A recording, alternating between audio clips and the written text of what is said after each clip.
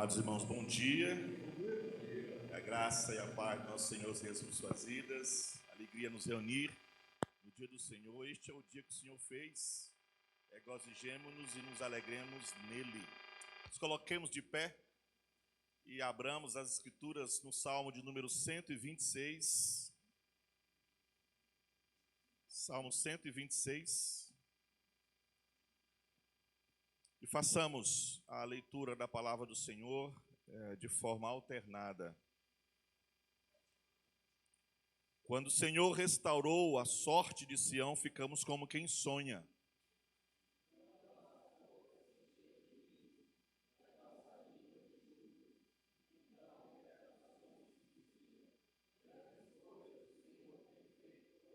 Com efeito, grandes coisas fez o Senhor por nós, por isso estamos alegres.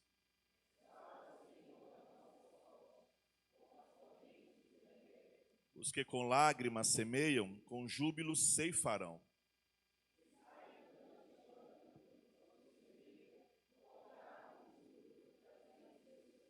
Amém. Oremos ao Senhor.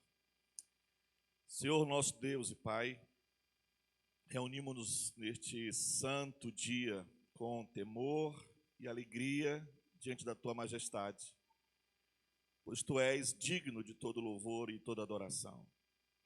Santificamos este tempo na Tua presença, confiando não em nossos méritos, mas na obra perfeita do Cristo Jesus, nosso Redentor.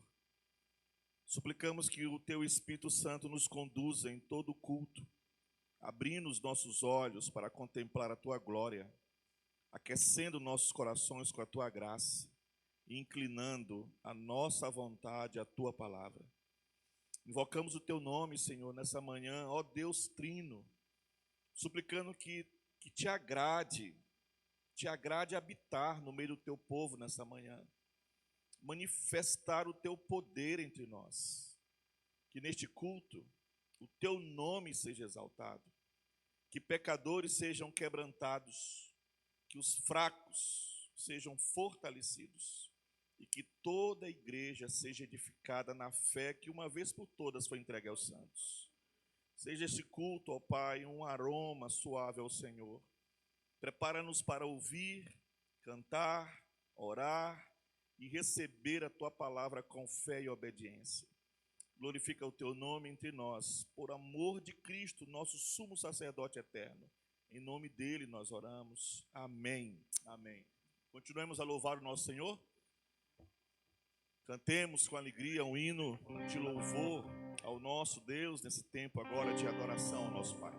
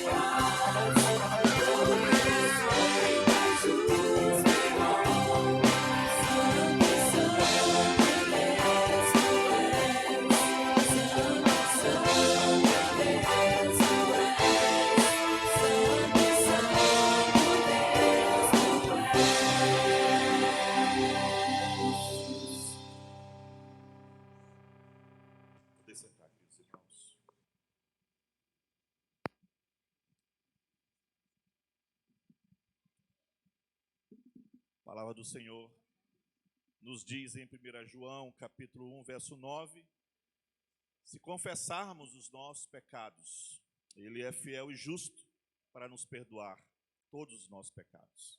Esse é o momento, então, que nós nos voltamos a Deus em confissão. Iniciamos o culto adorando, reverenciando a santidade, o poder e a graça, a majestade do nosso Senhor. Então, quando reconhecemos a sua santidade, o próximo passo, então, é reconhecer os nossos pecados e fazer como seu servo, o profeta Isaías, quando contemplou o Senhor no seu alto e sublime trono. Ele disse, ai de mim, estou perdido. Então, que assim façamos também, confessemos ao nosso Senhor o quanto nós temos pecado contra Ele. E possamos, então, nos voltar para Ele em oração nesse instante. Abaixe suas frontes.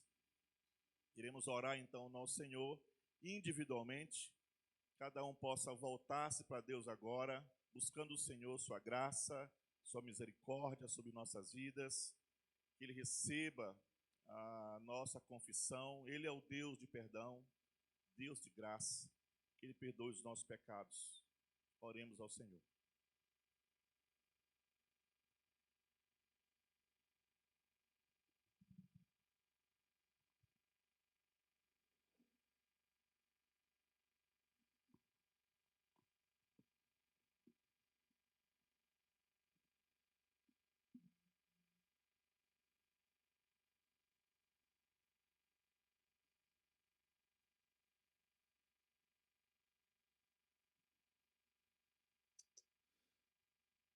Deus eterno, Pai amado, em Tua presença nós estamos neste momento, Deus, rendendo louvores ao Teu nome, por essa manhã maravilhosa, por este sol, Pai, pelo vento, pela oportunidade que temos de estar em Tua casa, rendendo louvores ao Teu nome, Deus, ouvindo a Tua voz através dos louvores e daqui a pouco também através da pregação.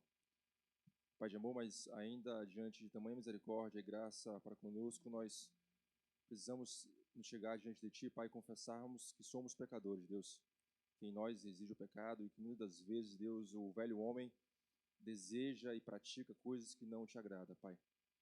Pai, Tu conheces o nosso coração, sabe que ele deseja e sonha com aquilo que não te apraz. Os nossos olhos, ó Deus, não olham para o alto, mas para as coisas da carne. Deus, nossos ouvidos, nossos pés e mãos insistem em caminhar, em ouvir aquilo que não te agrada, Pai. Deus de amor e misericórdia, mas não há outro lugar além de Ti, Pai, que possamos encontrar misericórdia. Neste momento, nós queremos praticar aquilo que Tua palavra nos ordena, Deus, que cheguemos diante do santo trono de Deus, a fim de alcançar misericórdia e graça em tempo oportuno, Pai. E o tempo é o hoje, Pai. Neste momento, nós nos achegamos diante de Ti, reconhecendo a nossa podridão, Pai, e suplicando pela Tua misericórdia, Tua graça e Teu amor. Trata o nosso coração, Pai, trata a nossa mente. Ó Deus, molda-nos segundo o Teu querer, Deus, ser soberano sobre nossas vidas, ó Deus, e age no nosso meio, Deus, transformando nossas vidas, Pai. Que essas palavras não possam ser apenas da boca para fora, Pai, mas que nosso coração possa se encher de alegria, vendo a transformação que o Senhor tem operado no meio do Teu povo. É isso que eu te peço, te agradeço desde já, em nome de Jesus, Pai. Amém. Amém. Nós vamos cantar mais um hino ao Senhor, o hino número 71, de título Perdão. 79, perdão. Glória ao Salvador.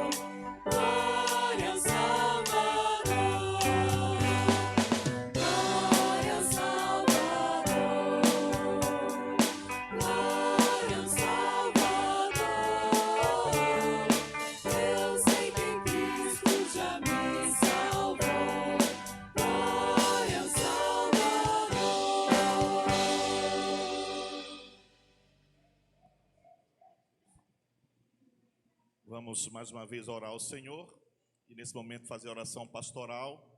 Convido os irmãos que abaixem suas frontes mais uma vez e intercedemos ao nosso Senhor. Deus Todo-Poderoso, Santo e Eterno, nós nos achegamos a Ti com corações gratos e reverentes, reconhecendo que Tu és o pastor de nossas almas, aquele que guarda a Sua igreja com fidelidade ao longo das gerações. Hoje, ao celebrarmos os 6 anos de organização da Igreja Presbiteriana em Chácara Brasil, rendemos ao Senhor toda honra, glória e louvor. Tu tens sustentado este rebanho com a Tua palavra, conduzido com a Tua mão poderosa e abençoado com frutos espirituais visíveis. Louvado seja o Teu nome por cada vida que aqui foi alcançada, discipulada, edificada e enviada para a missão. Oramos, ó Deus, pelo Teu servo, Diácono Gerardo, nesse momento. Tu conheces cada detalhe e sabes do acidente doméstico que sofreu. Estende a Tua mão curadora sobre ele, trazendo alívio, restauração e plena recuperação. Consola seu coração e o de sua família com a Tua paz. Dá-nos como igreja sabedoria, compaixão para servi-lo em suas necessidades nesse tempo, Senhor. Intercedemos também pelos missionários sustentados por essa igreja e por tantos outros que ao redor do mundo têm se consagrado ao avanço do Teu reino. Concede a eles fidelidade, coragem, provisão, comunhão contigo em cada passo. Abençoa suas famílias, fortalece seus lares, guarda-os de todo mal. Que as suas vidas sejam sal e luz em lugares escuros, proclamando o Evangelho com ousadia e compaixão.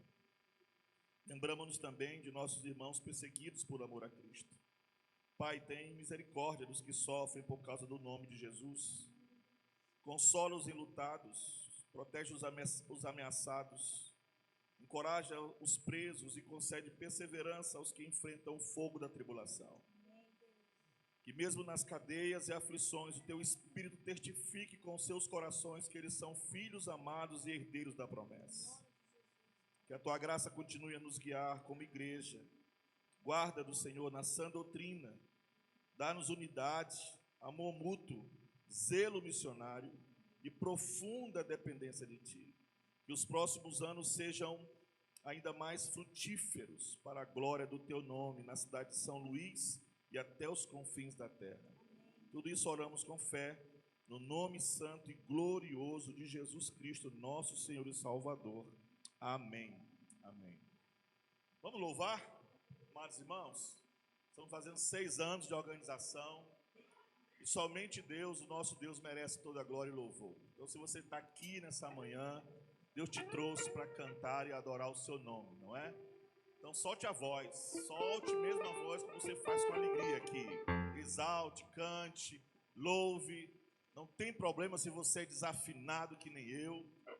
Não ligue para quem está do lado, cante para o Senhor, é para o alto que vai o seu louvor.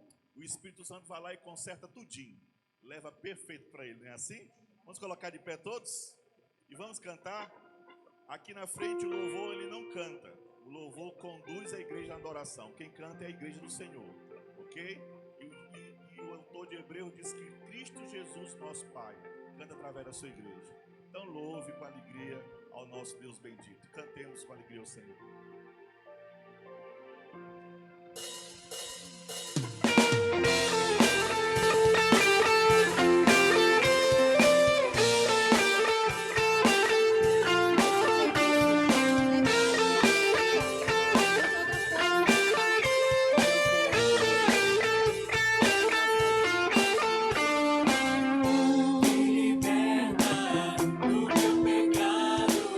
Seu amor é forte.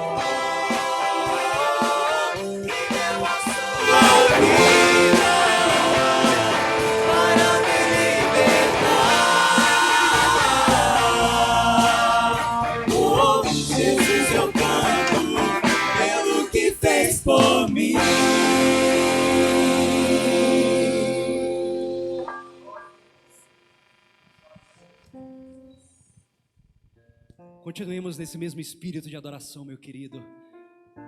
Te concentra no Senhor, unicamente no Senhor. Ele que é digno de absoluto louvor, honra, glória. Ele que te trouxe aqui com um respirar muito profundo para que você cantasse a Ele. Feche os teus olhos, declaremos Alfa e Ômega.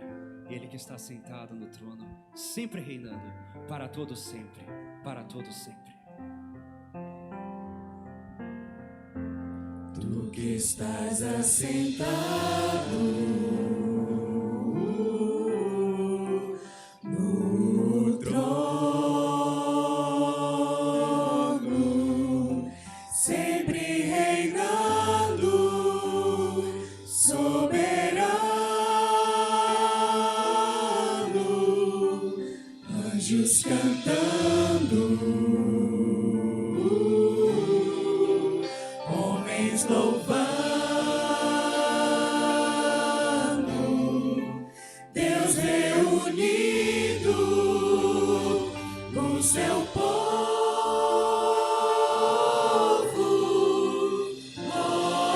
Alfa, Ômega, Cristo, Filho, ó vem, Senhor Jesus, Alfa, Ômega, Cristo, Filho,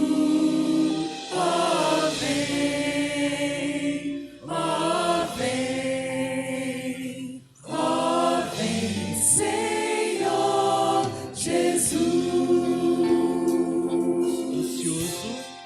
Ansioso espero a sua volta, o grande dia em que tu virás, então subiremos. Aleluia, Senhor. Contigo estarei. Para todos sempre. Aleluia. Maranata. Cristo, Filho, Mestre,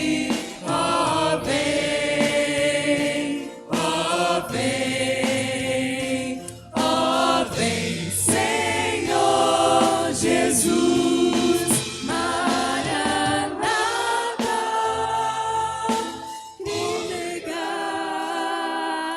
Cristo, Filho, ó vem,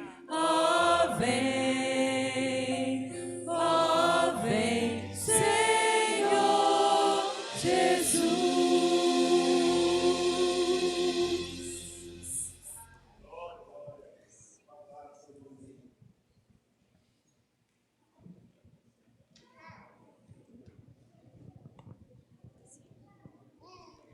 Glória a Deus. Graça maravilhosa.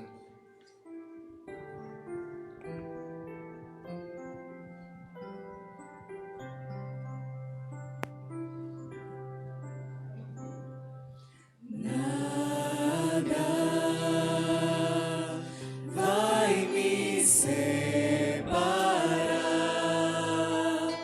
do teu amor eterno que me fez salvar.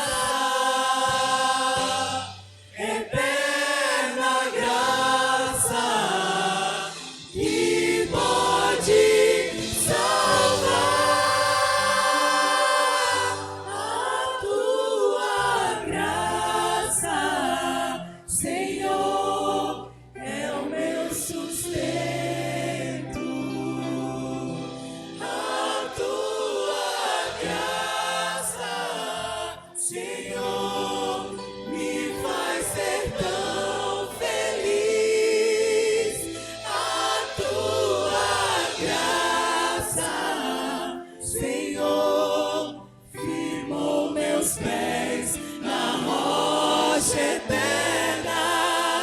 Tua graça é mais que a vida, Senhor.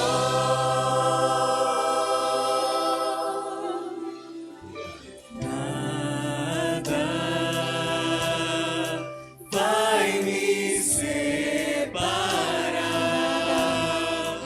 do teu amor eterno que me fez salvar. Nada poderá valer mais que tua graça, amiga, que me faz viver. Declare isso. Graça maravilhosa, suprema graça,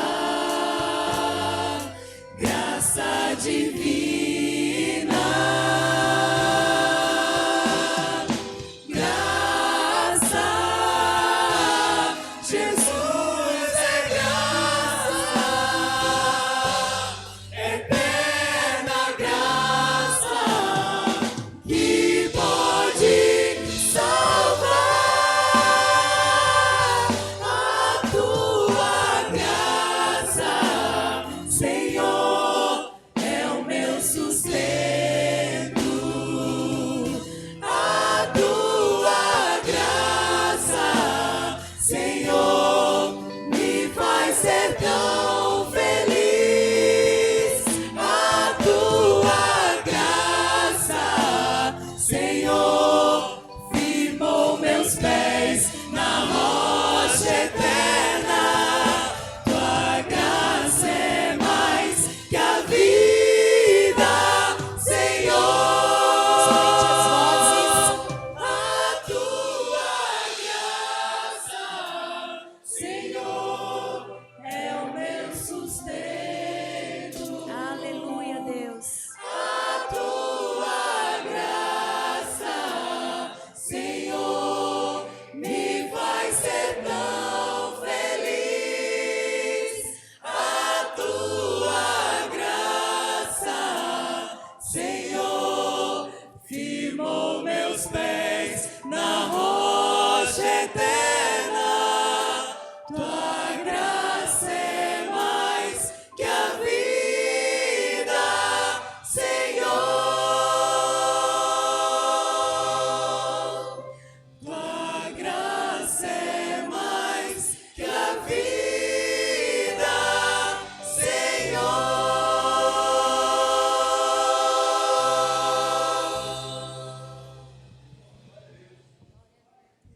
Aleluia, Deus.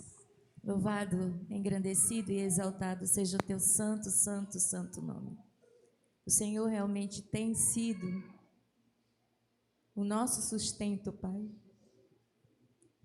Muito obrigado, Pai. Obrigado pela tua majestade. Obrigado porque o Senhor é realmente a nossa rocha eterna.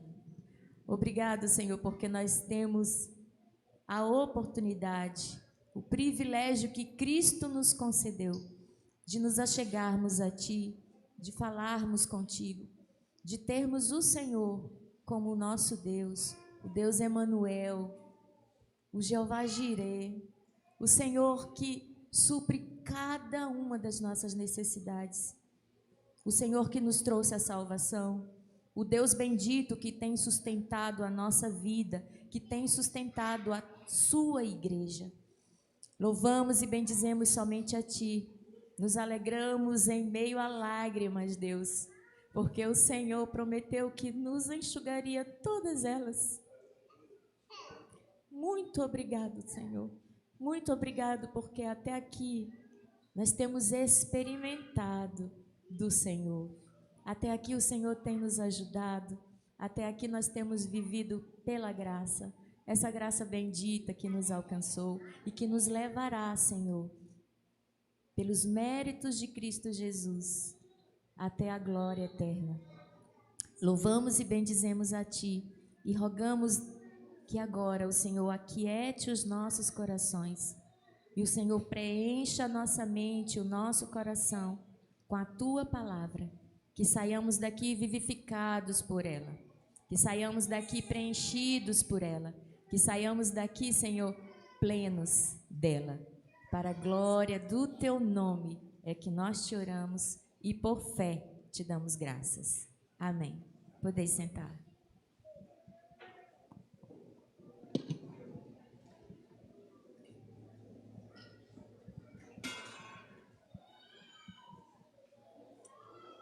Muito bem.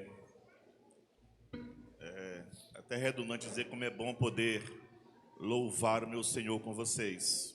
Como vocês cantam com alegria, com exultação ao nosso Deus. Que Deus receba o nosso louvor e glória.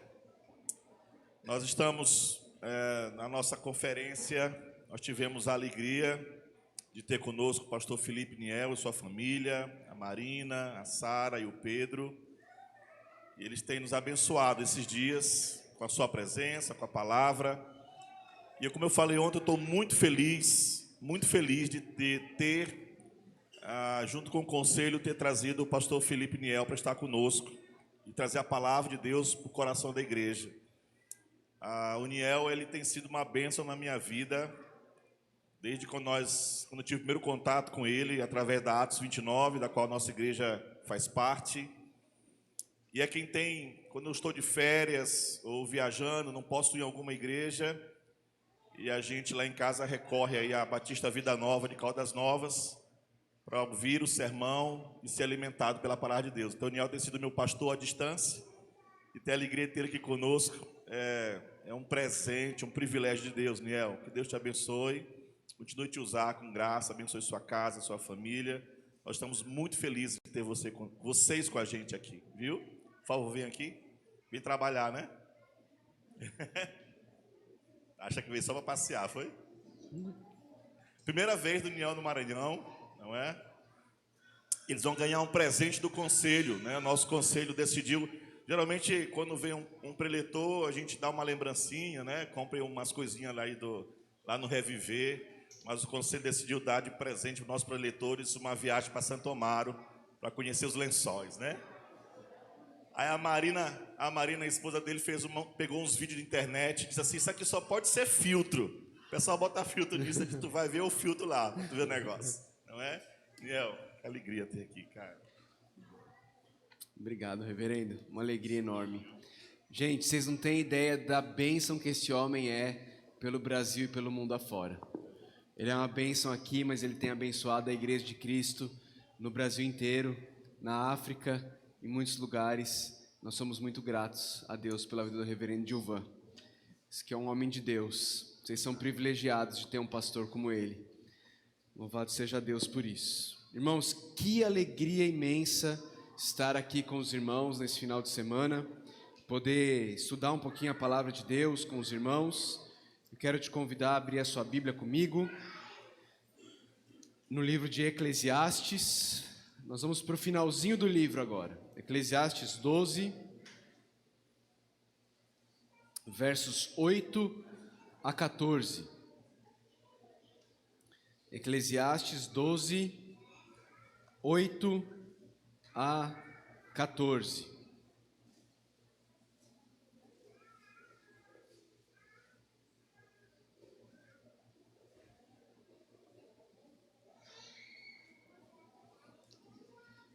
Te convido a ouvir com fé a leitura da palavra de Deus.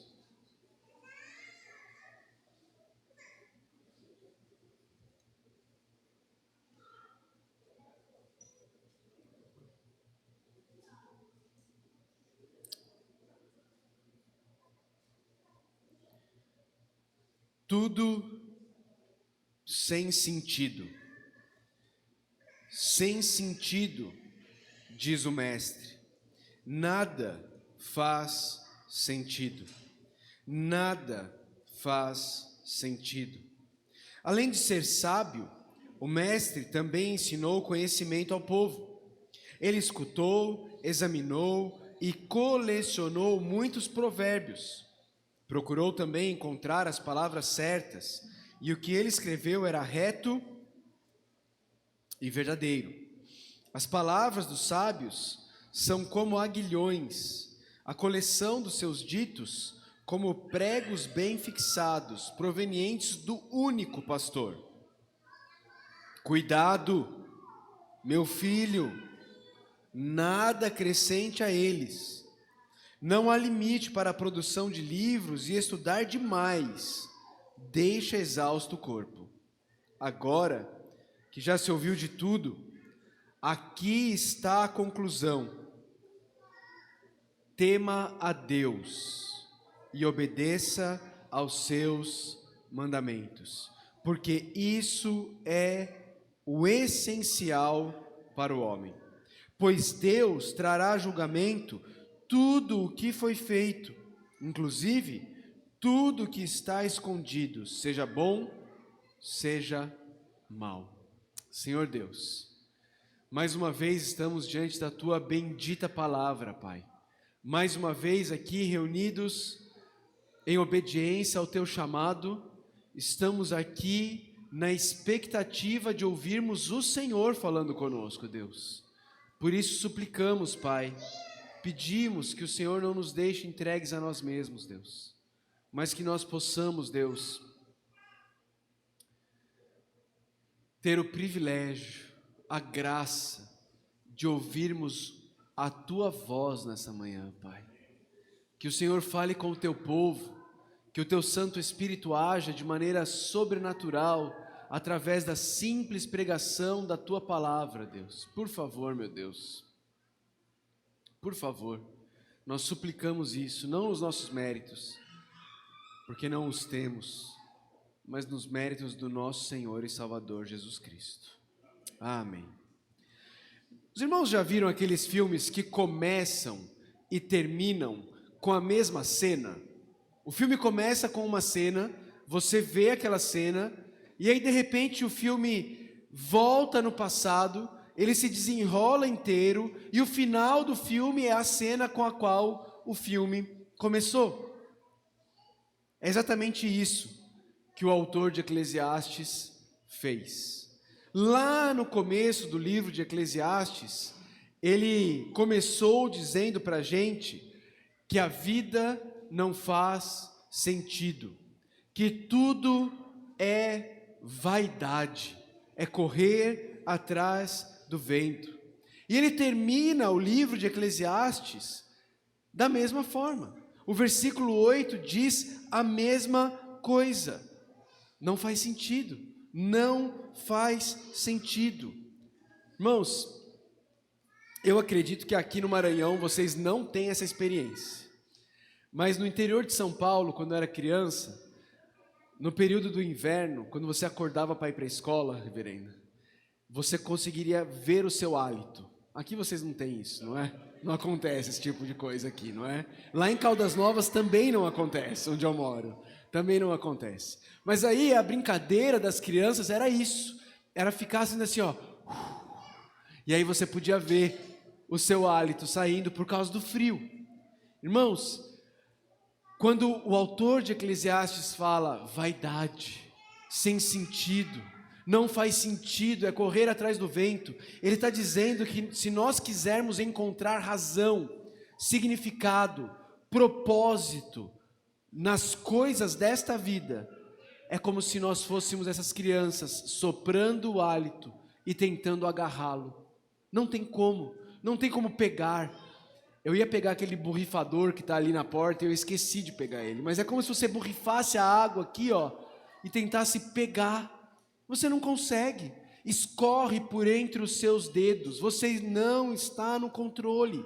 A vida vivida debaixo do sol, a vida vivida como se Deus não existisse, ela é uma vida sem sentido. Você tenta pegar, você tenta ter domínio sobre ela, controle sobre ela, e ela escorre por entre os seus dedos. Você não consegue, eu não consigo. Nós não conseguimos controlar as nossas vidas. A vida vivida sem a firme lembrança e convicção de que existe alguém além do sol, que controla todas as coisas, ela não faz sentido. Eclesiastes 12, versículo 8, nos leva de volta ao mesmo lugar onde começamos. Mas um comentarista bíblico chamado Philip Ryken, um estudioso, ele diz que o autor de Eclesiastes nos leva de volta onde nós começamos, mas nós, depois de termos estudado o livro de Eclesiastes, não somos mais os mesmos. Não somos mais as mesmas pessoas que éramos quando começamos a estudar Eclesiastes. Eu não sei se isso é verdade com você, mas o livro de Eclesiastes teve um papel, e tem até hoje um papel fundamental na minha vida. Foi fazendo devocionais no livro de Eclesiastes com 17 anos de idade que o Senhor me chamou ao ministério pastoral. Num mês de julho, no ano de 2001, estudando o livro de Eclesiastes na minha devocional pessoal, ali o Senhor me chamou ao ministério pastoral. Tentei pensar e escrever um pouco um resumo do que eu aprendi no livro de Eclesiastes e aquilo que eu creio ser a essência do livro de Eclesiastes. E eu escrevi o seguinte: em Eclesiastes, nós aprendemos que o Criador nos deu trabalhos para realizarmos, Ele nos deu dinheiro para utilizarmos, Ele nos deu comida para saborearmos, Ele nos deu bebida para nos refrescarmos. Só uma pausa aqui. Irmãos, os irmãos já pararam para pensar como o nosso Deus é bom? Até nos detalhes da vida. Pense na comida que eu e você comemos. O Senhor, o nosso Deus, Ele nos deu, como é que chama mesmo? Papilas gustativas, obrigado, irmão, paladar, para degustarmos sabores diferentes. Ele podia ter criado um jeito de nos alimentar com pílulas, não é? Você toma isso daqui, come, você vai ficar bem, segue a vida. Mas não, Ele também quer que eu e você, além de trazermos sustento para o nosso corpo, saboreemos. Você já parou para pensar que Ele fez a vaca? E dependendo da parte da vaca que você comer, ela tem um gosto diferente, só para o nosso prazer, para o nosso deleite, para o nosso desfrute. Peixes com sabores diferentes, temperos que o Senhor criou, Ele deu para a gente. Então Ele nos deu comida para saborearmos, bebida para nos refrescarmos. Ele nos deu pessoas amadas para desfrutarmos a vida junto com elas.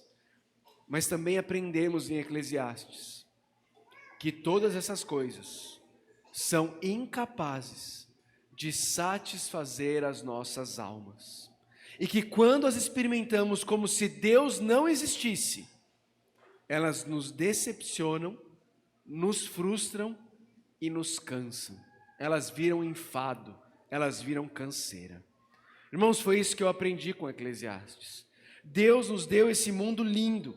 Deus nos deu trabalho para fazer, comida para comer, bebida para nos refrescar, pessoas com quem desfrutarmos a vida. Deus nos deu a oportunidade de vermos paisagens fantásticas. Eu estou animado para amanhã. Estou muito animado para amanhã, para ver os famosos lençóis maranhenses. Tudo isso é excelente. Tudo isso Deus nos deu para desfrutarmos e aproveitarmos. Mas quando eu e você desfrutamos, fazendo delas o nosso Deus, e não como se elas apontassem para o único Deus verdadeiro, então elas nos decepcionam, elas nos frustram, e nos tornamos vazios, correndo atrás do vento, nessa vida sem sentido, que é vivida debaixo do sol. Desde o começo de Eclesiastes, nós vemos que debaixo do sol se refere a uma vida que não considera a existência de Deus. É uma vida que considera que a existência é aquilo que se pode ver debaixo do sol. Nada além disso. Nada além disso. Roberto Carlos, reverendo, também compôs uma música dizendo que além do horizonte existe um lugar bonito e tranquilo para a gente se amar. Além do horizonte deve ter esse lugar, diz Roberto Carlos. E lá existe não apenas um lugar, mas uma pessoa que torna tudo nessa existência aqui e agora com um propósito, com um significado. Salomão quer que eu e você entendamos que a vida sem Deus não faz sentido e que não existe satisfação na vida desfrutando das dádivas do doador se o doador for deixado de lado. Não existe satisfação na vida desfrutando das dádivas se o doador das dádivas não estiver conosco. Mais cedo ou mais tarde, as dádivas virarão um fardo nas nossas vidas. Queridos, o livro termina aqui, o livro termina nesses versículos, termina no versículo 8, na verdade. As palavras do pregador terminam no versículo 8. Tudo que o pregador tinha para dizer, ele termina dizendo no versículo 8, não faz sentido. A vida sem Deus não faz sentido.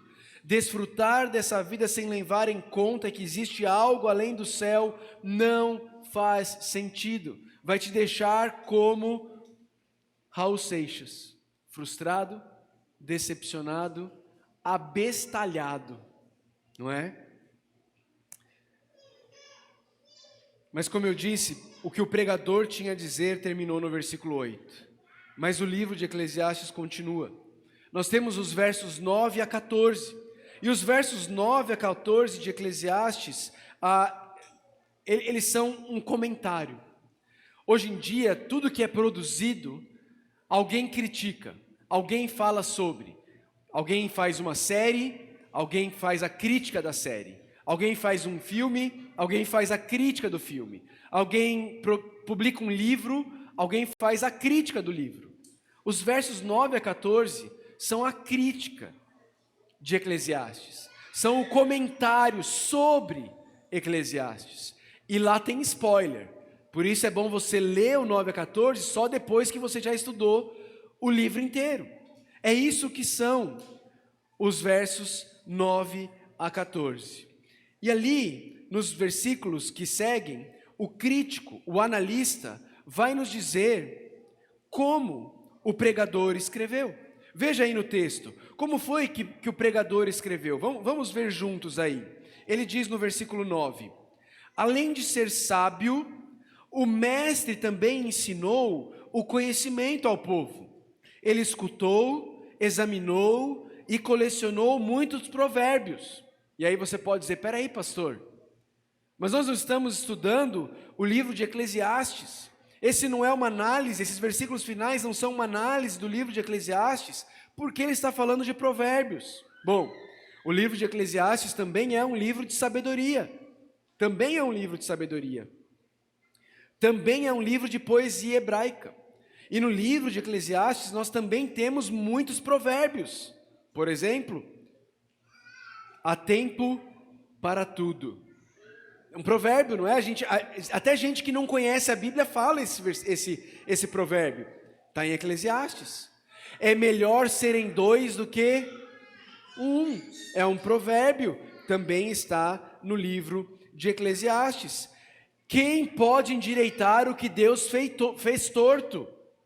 Está no livro de Eclesiastes. São provérbios, são pinceladas de sabedoria que estão colocadas no livro de Eclesiastes. E aqui, o analista está dizendo, olha, irmãos, o mestre ouviu muitos provérbios, ele colecionou alguns e os colocou aqui no livro para a gente. Ele colocou para a gente instruções de sabedoria. E no versículo 10 ele diz assim, mas como é que ele escreveu esse livro? Procurou também encontrar as palavras certas, diz o analista. Salomão escreve cuidadosamente. Salomão tem uma lógica no que ele está escrevendo. Ele não sai simplesmente escrevendo por escrever. Salomão tem um propósito em mente. ele tem um meio pelo qual ele quer atingir esse propósito. Por isso, se você prestou atenção nas pregações, desde sexta-feira até hoje, você deve ter percebido, Eclesiastes 1-6, o pregador estava escrevendo sobre a busca dele pelo sentido da vida. Ele vai falar que buscou sentido no dinheiro, ele vai falar que buscou sentido nas realizações, nos prazeres, nos nos jardins, não é? Que ele cultivou. Ele vai falar das mulheres que ele teve, do dinheiro que pegou, dos trabalhos que realizou. Ele fala dessa busca por sentido na vida, descobrindo que nenhuma dessas coisas traz sentido para a vida. Não que elas sejam ruins, mas nenhuma delas é capaz de dar significado para o nosso viver. Dos capítulos 7 a 11, você vai ver que Salomão tenta nos instruir como viver uma vida que faz sentido. Ele faz isso criando um contraste entre a sabedoria e a tolice. Nos capítulos 7 a 11, ele vai dizer várias vezes, olha, o sábio faz assim, mas o tolo, por sua vez, faz assado. Sabedoria é assim, mas tolice é desse outro jeito. Salomão vai fazendo esse contraste dos capítulos 7 a 11. Ele vai mostrando essa comparação entre a vida do sábio e a vida do tolo. E então ele termina no capítulo 12, versos 1 a 8, falando sobre as dificuldades, sobre como a nossa força se esvai. Você já leu Eclesiastes 12? É interessante isso. Olha o versículo 3 aí na sua Bíblia de Eclesiastes 12. Ele diz assim, ó: quando os guardas, quando os guardas da casa tremem, e os homens fortes caminham encurvados, quando pararem os moedores, o que são os moedores? Os dentes, por serem poucos, e aqueles que olham pelas janelas enxergarem embaçado. Do que está falando? Da velhice. Da velhice. Por isso ele disse no versículo 1 de Eclesiastes 12, lembre-se do seu Criador nos dias da sua juventude. Ele está nos lembrando da brevidade da vida. Jovem, adolescente, junior, não desperdice a sua vida achando que o que vai te dar sentido na vida são as suas experiências, são as suas amizades, são os seus namoros, são as músicas. Nada disso vai ser capaz de te dar sentido, você vai se frustrar. O que o pregador está dizendo é, eu não encontrei um velho que falasse, eu perdi tempo, eu deveria ter gastado mais tempo com os prazeres dessa vida. Mas eu já encontrei muitos idosos que disseram, tarde me dediquei ao Senhor. Como disse Agostinho, tarde te amei, tarde te amei. É disso que o pregador está falando, não é? Ele tem um propósito em mente, ele está escrevendo, ele procurou as palavras certas, mas como mais ele escreveu? O que ele escreveu, diz o analista, que o que ele escreveu era reto e verdadeiro. Se procurar as palavras certas, fala sobre a forma da escrita de Salomão. Essa segunda parte fala sobre como o conteúdo que Salomão escreveu. O que Salomão escreveu não era simplesmente a opinião de um homem. O que Salomão escreveu não eram apenas alguns conselhos que ele criou. O que Salomão escreveu, diz o analista, era reto e verdadeiro. Final do versículo 10. O que ele escreveu pode nos guiar. Nós podemos usar as palavras de Salomão como guia para o nosso viver, porque o que ele escreveu é reto e verdadeiro. Ok, isso foi como Salomão escreveu. Mas o versículo 11 trata do porquê ele escreveu. Veja o versículo 11. Ele diz assim, o porquê ou o para que ele escreveu. As palavras dos sábios são como aguilhões, a coleção dos seus ditos como pregos bem fixados, provenientes do único pastor. Alguém sabe o que é um aguilhão? Alguém? Boa, Fabiano, isso mesmo. É uma vara com uma ponta de ferro usada para tocar o gado, não é? Para tocar o gado, para o gado ir para o caminho certo. Para o gado ir para o caminho certo, ok? O analista aqui está nos ensinando que as palavras de Eclesiastes, elas são usadas por Deus como um pastor. Veja que ele fala aí do pastor. Como ele diz aí no final do versículo 11, provenientes do único pastor. Quem é o único pastor a quem o analista está se referindo? Quem é esse único pastor? Quem, gente? Deus. Ainda que o autor não fale diretamente de Deus, o Senhor é meu pastor e nada nos faltará, não é? Ele diz que Deus usa essas palavras de Eclesiastes como um cajado, como um aguilhão, para nos encorajar, para nos instruir, para nos guiar para o caminho correto, para nos mostrar onde eu e você podemos encontrar satisfação perene, permanente, duradoura, eterna para as nossas vidas. Irmãos, os irmãos sabem a maré que sobe e desce sobre a ponte que liga a cidade velha à cidade nova? Os irmãos sabem, não sabem? Sobe mais de 8 metros aquela maré, não é verdade? Se não for verdade, seu pastor é mentiroso, que foi ele que contou isso para mim. Mas a maré sobe, e você vê aquele marzão ali embaixo da ponte, e de repente a maré baixa, e aí você pode atravessar a pé ali, se você quiser. Irmãos, as coisas desse mundo são como essa maré.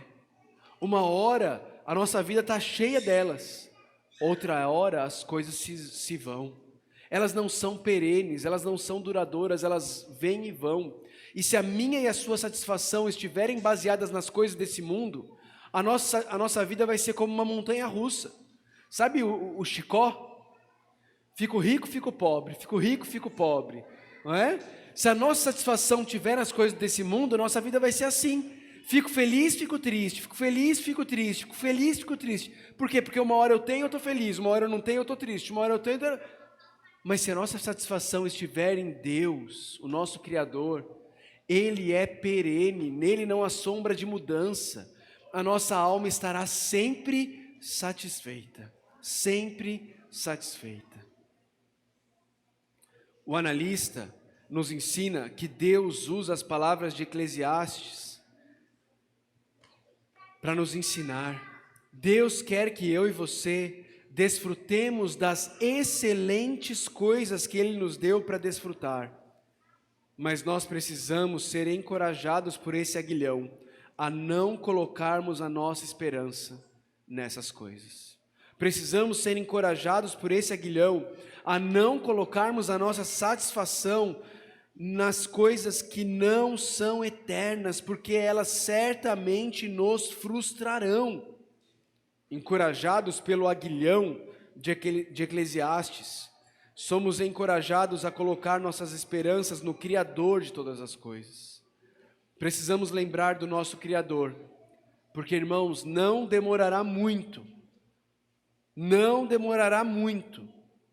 e todos nós aqui morreremos. Todos nós aqui morreremos.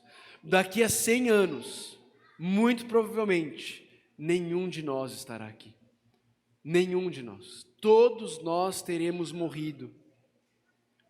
Todos nós teremos que lidar com o justo juiz. Nós precisamos ser lembrados disso. Porque como é fácil, gente, como é fácil, irmãos, nós nos enganarmos e cairmos na ideia de que somos eternos. Quando crianças, a gente pensa assim. É muito raro encontrar uma criança que pensa sobre a morte. O adolescente acha que é imortal. Ele acha que ele pode fazer o que for, que ele nunca vai morrer. Mas os anos vão chegando. As dores nas costas vão vindo, não é? E mais cedo ou mais tarde nós vamos percebendo que a nossa vez está chegando. E isso precisa nos fazer parar para pensar, atrás do que eu e você estamos correndo? Atrás do que eu e você estamos correndo nessa vida passageira? Queridos, o analista termina nos versículos 13 e 14, e ele diz assim: agora que já se ouviu de tudo, aqui está a conclusão. Agora que nós assistimos ao filme, agora que nós lemos o livro, agora que a série acabou, e aí, qual é o objetivo dela? O que nós aprendemos com ela? O que essa série traz para a gente? E o comentarista diz duas coisas. Versículo 13. Agora que já se ouviu de tudo, aqui está a conclusão. Tema a Deus e obedeça aos seus mandamentos, porque isso é essencial ao homem. Primeira coisa, o comentarista diz, à luz de todo o livro de Eclesiastes, o resumo é: tema a Deus. Queridos, o que é o temor a Deus? O que é o temor a Deus? Lá em Goiás é mais fácil explicar o que é o temor a Deus. Porque você fala para o goiano assim: sabe aquela primeira vez que você viu o mar? E o goiano já tinha seus 30, 40 anos quando ele viu o mar pela primeira vez, não é? Ele não é igual você, o privilegiado, que nasceu e você nem lembra quando foi a primeira vez que você viu o mar. Alguém aqui se lembra a primeira vez que viu o mar? A maioria nem lembra. Mas o goiano lembra, é vívido para ele. E o goiano, quando ele vê o mar, ele olha para o mar e ele tem dois sentimentos. O primeiro sentimento é de ficar maravilhado com a grandeza do mar. A grandeza do mar deixa o goiano maravilhado e o atrai. Ele quer entrar no mar, mas ao mesmo tempo, a grandeza do mar gera um santo temor e respeito pelo mar, porque ele vê o tamanho e a força daquela criatura, e ele pensa: se eu entrar nesse trem, como diz o goiano, eu não sei se eu saio dele. Então o goiano ele fica assim, maravilhado com o mar. Irmãos, temor do Senhor tem muito a ver com isso. Você olha para a grandeza de Deus, você olha para a beleza de Deus e aquilo te atrai. Você fica maravilhado com Deus, mas ao mesmo tempo você olha para o poder de Deus e você tem temor. Você respeita esse Deus, porque você sabe do que Ele é capaz. Irmãos, isso é temor do Senhor. Não é medo de Deus, mas é um maravilhamento. É um maravilhamento que te atrai. Você ama a Deus, você quer se aproximar dEle, mas você se aproxima dEle com reverência, porque você sabe o tamanho dEle e o poder dEle. Infelizmente, muito da igreja evangélica tem perdido o temor de Deus. Tem tratado a Deus como se Deus fosse o cara lá de cima. Aquele que é quase como um gênio da lâmpada, que você esfrega a lâmpada, ele sai, e aí ele tem a obrigação de te realizar seus 3 pedidos. E o esfregar da lâmpada é assim, você dá o dízimo, é uma esfregadinha na lâmpada, não é? E aí o gênio sai, e aí ele tem que realizar os seus 3 pedidos. Irmãos, isso não é cristianismo. Isso não é temer a Deus, isso é usar a Deus, ou melhor, isso é cair na ilusão de que você pode usar a Deus. O chamado de Eclesiastes para mim e para você é que nós voltemos a temer a Deus. Temer a Deus é ficar maravilhado, querendo nos aproximar dEle pela sua beleza e ao mesmo tempo lembrando que precisamos viver uma vida que ouve o comando de Deus. E aí entra a segunda coisa que o analista diz. Ele diz: tema a Deus e obedeça aos seus mandamentos. Tema a Deus e obedeça aos seus mandamentos. Irmãos, você que é pai e mãe aqui, você corrige seu filho quando ele faz algo que você acha que ele não deveria fazer, mas que você não falou para ele que ele não deveria fazer? Você corrige seu filho quando ele faz isso? Alguém? Glória a Deus. Que bom que você não corrige seu filho por isso. Eu espero que não. Pelo menos não fisicamente. Espero que você o instrua, não é? Depois. Mas existe uma semelhança e uma diferença entre quem faz isso e Deus. A semelhança é que eu e você, nós não temos como obedecer aos mandamentos de Deus se nós não os conhecermos. Essa é a semelhança, essa é a primeira coisa. Para conhecer os mandamentos de Deus, queridos, nós precisamos viver na palavra de Deus. Nós precisamos fazer da palavra de Deus o alimento das nossas almas. Nós precisamos comer esse livro. Nós precisamos fazer desse livro não apenas um objeto de decoração na nossa sala de estar, aberto no Salmo 91, mas esse livro precisa ser alimento para as nossas almas, objeto do nosso estudo pessoal, diário, constante. Nós precisamos fazer como o salmista diz, no Salmo 119:11, guardei no coração a tua palavra para não pecar contra ti. A semelhança é, para obedecer o nosso Pai Celestial, eu e você precisamos conhecer a verdade do nosso Pai Celestial. Precisamos conhecer o que Ele diz que eu e você devemos fazer e o que Ele diz que eu e você não devemos fazer. Mas a diferença com a ilustração do filho e a obediência ao Pai Celestial é que, diferentemente da ilustração em que você não instrui o seu filho sobre o que ele deve ou não fazer, Deus já nos deu todas as instruções. Está tudo revelado aqui. Eu e você não podemos usar o argumento da ignorância diante de Deus. Já nos foi revelado, já está escrito. Ele deixou o caminho para mim e para você. Agora eu e você temos Ele o tempo inteiro conosco. Na verdade, hoje em dia nós temos até na palma das nossas mãos. Tá na nossa mão. Mas quando a gente tem um tempinho livre, sentado na fila do banco, na fila de uma repartição pública, com a Bíblia nas mãos, ao invés de pegarmos a Bíblia, a gente pega outras coisas, não é verdade?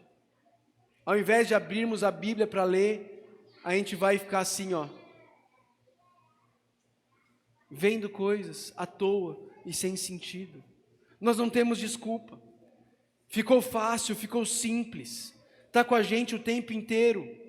Se você não estudar, não vai haver transmissão mágica de santidade, de conhecimento das Escrituras na sua vida. Antigamente o crente achava que a Bíblia era desodorante, né? Colocava debaixo do braço, mas não estudava. Hoje o crente acha que a Bíblia serve para colocar no bolso e viver como um agente secreto, não é? Do cristianismo. Irmãos, continua não resolvendo.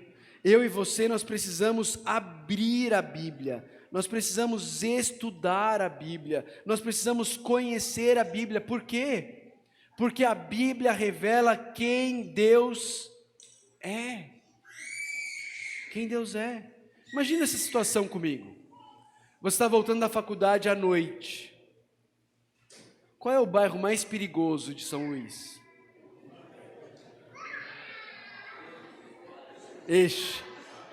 Existe controvérsia, pelo visto. Barreto, vou falar do Barreto. Você está voltando à noite da faculdade, depois da aula, e você está andando com a sua mochilinha nas costas, no Barreto, indo para casa. E de repente vem um carro, e esse carro para ali do seu lado, encosta do seu lado, abaixa o vidro e a pessoa que está lá dentro fala, entra. O que você faz, jovem? Morro. Morro ou corro? Um dos dois. Ou você morre ou você corre.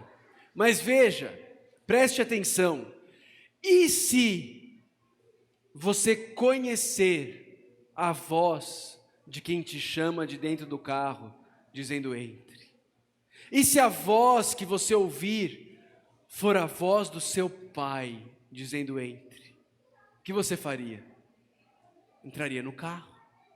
Por quê, irmãos? Porque nós confiamos em quem nós conhecemos e nós obedecemos a quem nós confiamos. Você quer obedecer a Deus? Para você obedecer a Deus, você precisa confiar em Deus. E para você confiar em Deus, você precisa conhecer e reconhecer que Ele é confiável, Ele é digno da sua confiança. É assim que você vai crescer em obediência a Deus. E para conhecer a Deus, está aqui. É aqui que Ele se revela.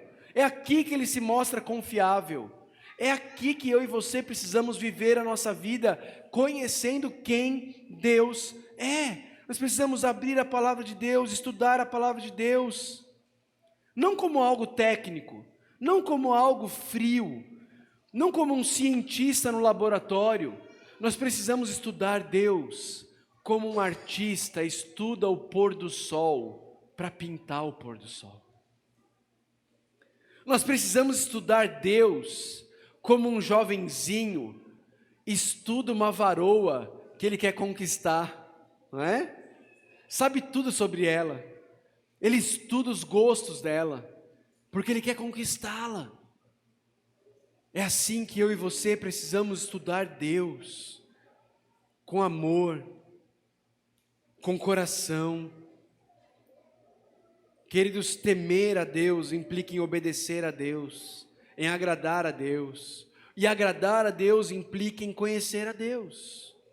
Irmãos, eu temo muito, muito, que muitos evangélicos dentro das igrejas tenham uma imagem, um conceito de Deus que é diferente do Deus que a Bíblia apresenta.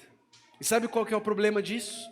O problema é que se você tiver um conceito na sua mente de Deus diferente do Deus que a Bíblia apresenta, então você está adorando e servindo um outro Deus. Esse Deus que você criou na sua mente. E você é um idólatra, porque você está adorando um outro Deus. É um Deus que você criou. A única forma de você saber que está adorando e obedecendo ao Deus verdadeiro é conhecendo esse Deus através da palavra dele. 2 motivos para isso. Final do versículo 13.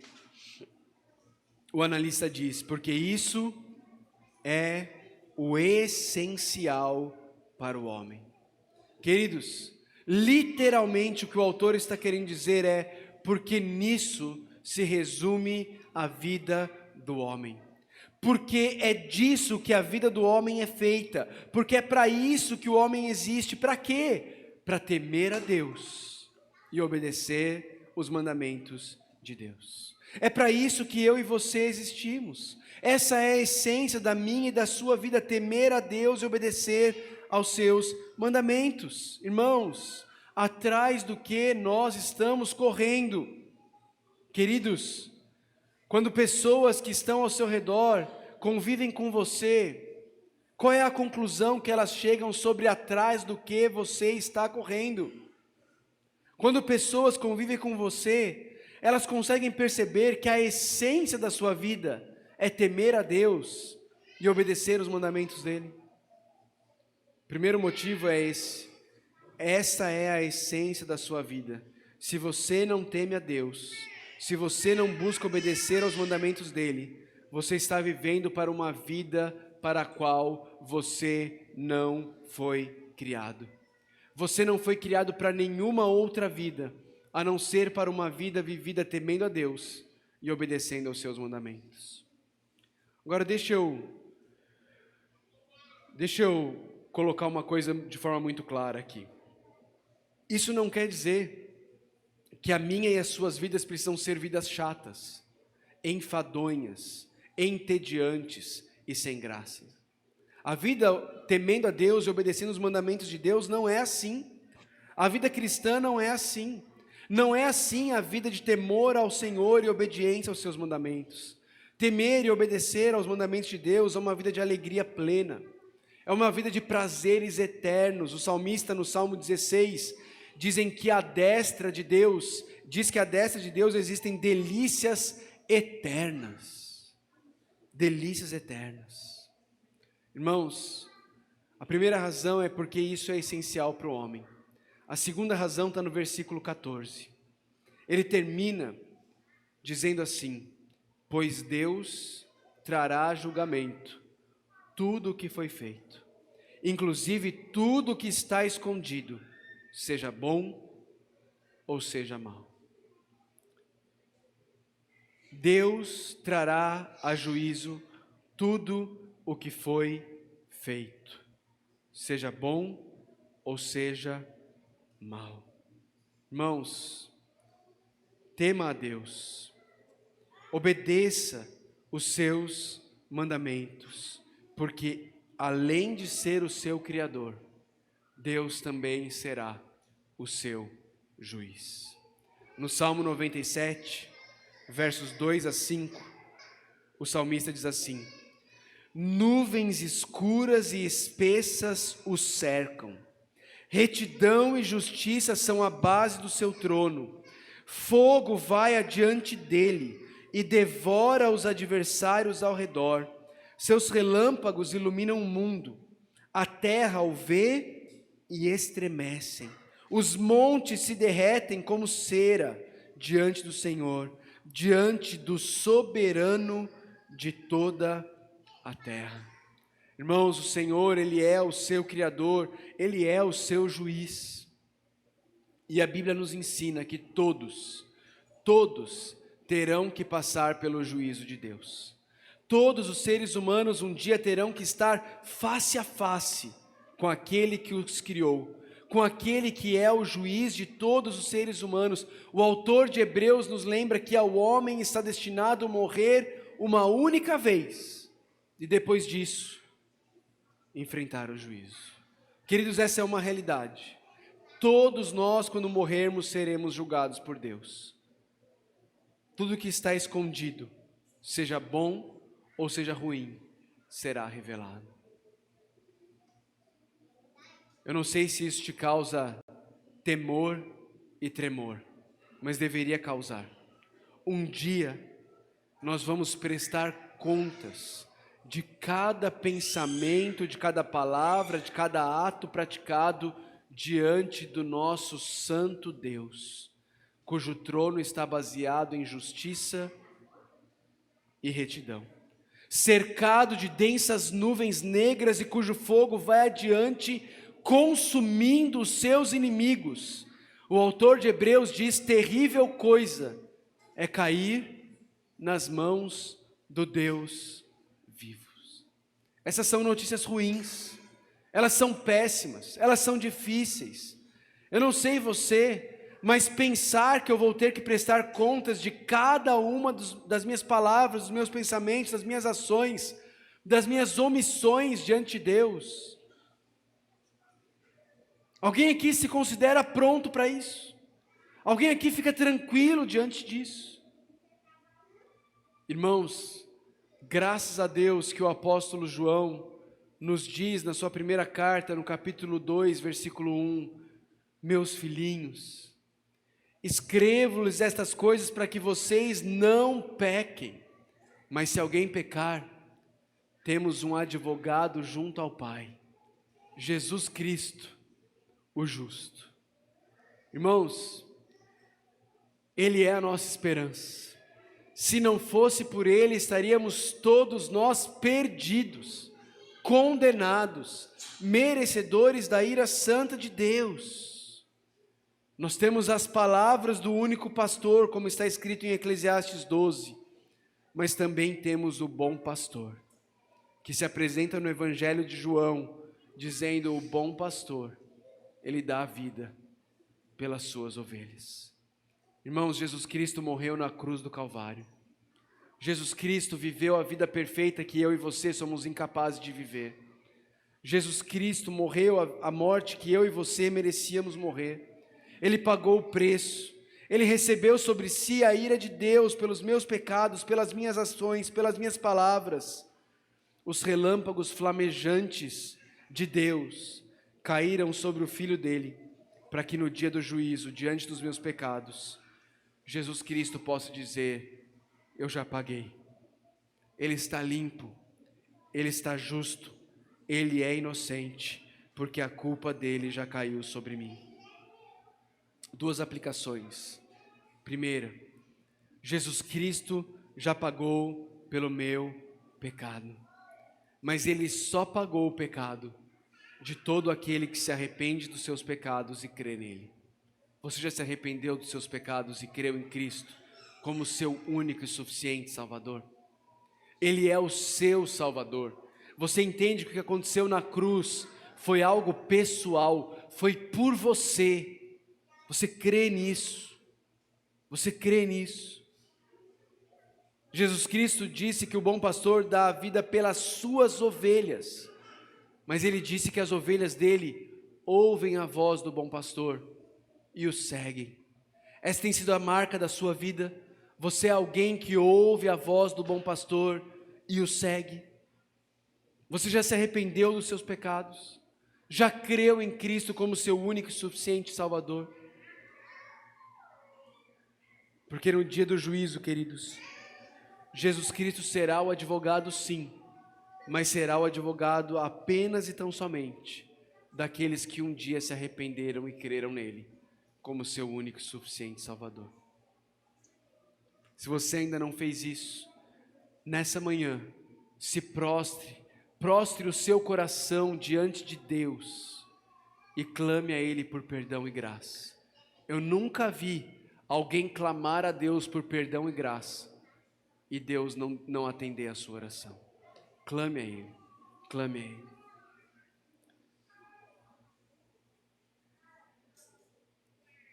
Segunda aplicação.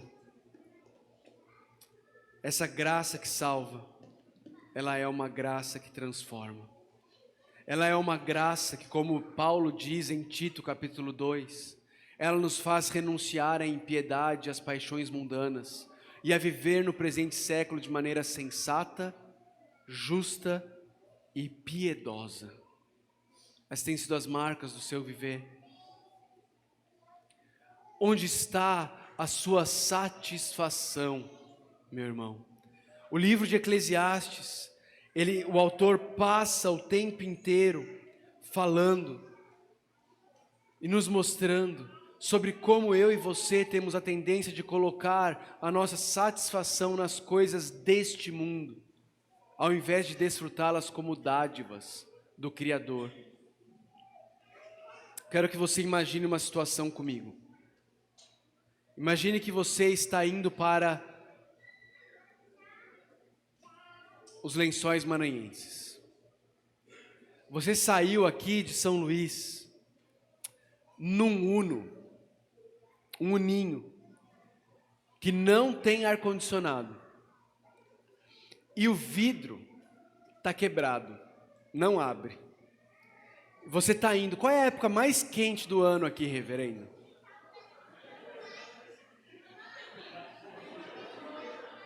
Não, falaram para mim que tem uma época, a época da seca, que é mais quente. É ou não é? É ou não é, gente? Fabiano mentiu para mim? Não? Então tá bom. Tá na seca, aquele calor, e você está dentro do ninho. O ninho lá dentro você está suando mais do que tampa de marmita, não é? Escorrendo. E aí você está chegando próximo aos lençóis. E o governo do Maranhão mandou fazer aqueles, outdoor que fala, aquele outdoor enorme, com uma foto dos lençóis maranhenses. E um casal mergulhando nos lençóis. E está escrito assim no outdoor: refresque-se. E você olha aquele outdoor, você está dentro do ninho, pingando de suor. E aí você olha aquele outdoor, você encosta o carro no acostamento. Você sai do carro, vai até o outdoor e você fica assim, ó. Esperando que o outdoor, a foto dos lençóis, te refresque. Se você visse uma pessoa assim, você fazia o quê? Internava, não internava? É doido, achando que a foto vai ser capaz de refrescar o corpo dele. Meu irmão, minha irmã, eu e você fazemos exatamente a mesma coisa. Todas as vezes que buscamos refrigério para nossa alma nas coisas criadas deste mundo. As coisas que Deus nos deu e Ele criou para o nosso deleite, Ele criou essas coisas como placas, como outdoors. Elas são incapazes de satisfazer os anseios da nossa alma, mas elas apontam para o Criador. Elas apontam para o único lugar onde nossas almas encontrarão descanso, o Criador de toda boa dádiva e de todo dom perfeito. Não seja tolo, não pare o seu carro e fique esperando que a foto refresque o seu corpo. Não viva e desfrute das coisas deste mundo como se elas seriam capazes de satisfazer a tua alma. Veja a placa, use a placa, agradeça pela placa, mas não pare na placa. Use a placa para chegar no destino ao qual a placa aponta. Toda a criação aponta para Cristo. O descanso, a doçura, o refrigério da minha e da sua alma. Eclesiastes é isso, irmãos. Ele está falando tudo que tem aqui para o nosso prazer. Mas se eu e você pararmos e buscarmos satisfação nisso, nós vamos torrar no sol, ao invés de encontrarmos descanso para nossa alma. É placa. Dinheiro é placa. Família é placa. Trabalho é placa. Bonsai é placa. Os lençóis maranhenses, placa. Nós só vamos encontrar descanso em Cristo. Corramos para Ele. Senhor Deus, nós te louvamos e bendizemos pelo teu amor, pela tua bondade, Deus. Te louvamos e te bendizemos porque o Senhor não nos deixou entregues a nós mesmos, mas o Senhor falou com o teu povo através da tua palavra, Pai. Ó Senhor, nos ajuda a não ficarmos esturricados, torrando no sol, pensando que coisas criadas serão capazes de satisfazer a nossa alma, Deus, enquanto secamos, enquanto definhamos, mas que desfrutemos alegremente das coisas que o Senhor nos deu, entendendo que elas só nos apontam para onde encontramos descanso verdadeiro, o Senhor, o deleite das nossas almas, nosso Salvador Jesus Cristo. Em nome dele que nós oramos, Senhor. Amém.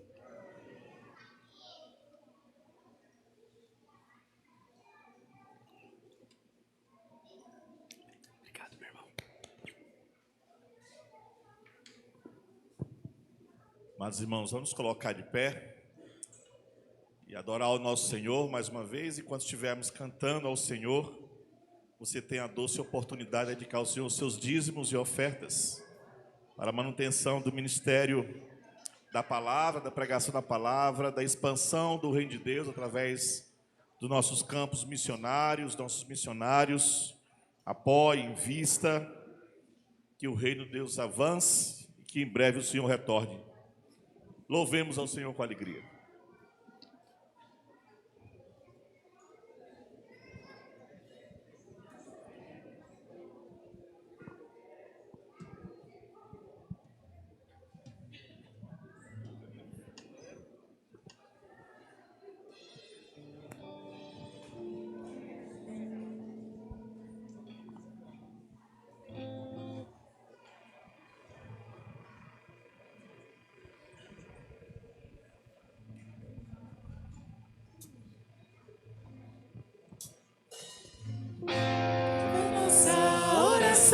Senhor, e recebe glória e louvor. Sonda o nosso coração, guia-nos por teu amor. Todo dia seja o meu viver para te honrar. Minhas atitudes todas para te louvar. O caminho que Jesus aponta, sim, por ele vou seguir. revelar o teu amor por onde eu for.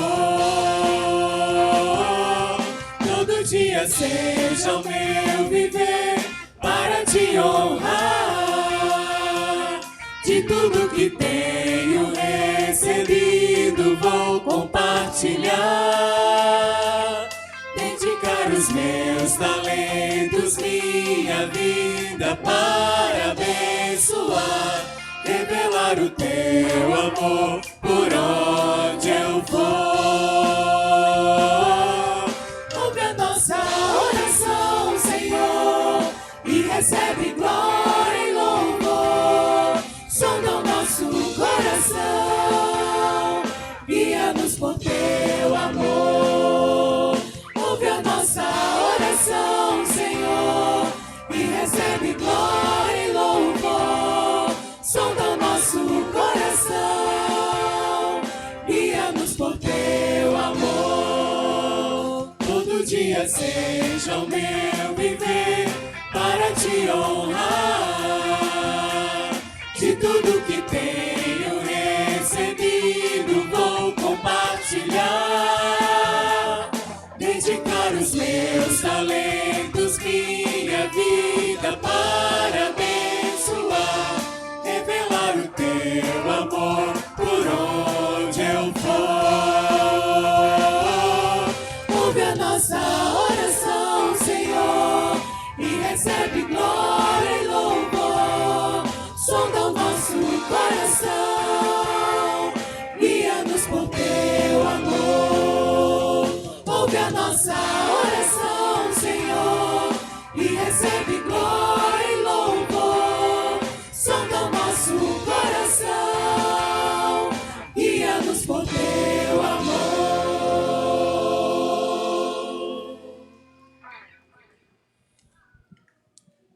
Oremos, pastor Tobert, eleve a Deus em oração. Amado Deus, nós exaltamos o teu nome, Senhor, pela oportunidade que tivemos nessa manhã de celebrar a Ti, adorar o teu nome, na certeza que Tu és um Deus bondoso e misericordioso. Pedimos a Ti que o Senhor conduza o nosso coração, para que possamos nos apegar somente à Tua palavra, à Tua verdade. Não venhamos nos apegar às coisas vãs deste mundo, não venhamos tentar encher os nossos corações dos prazeres que aqui residem, mas que possamos nos encontrar um prazer somente em Ti. Obrigado por tudo, guarda a Tua igreja, obrigado pelos dízimos e ofertas aqui entregues, que sirvam para a manutenção da Tua obra aqui na terra. Obrigado por tudo, em nome de Jesus, amém. Amém. Recebemos a bênção, queridos. Que a graça do nosso Senhor e Salvador Jesus Cristo, o amor de Deus, nosso eterno e maravilhoso Pai, a comunhão e as consolações do Divino Espírito Santo seja derramado sobre todos vós, povo do Senhor, hoje e para todos sempre. Amém. Amém.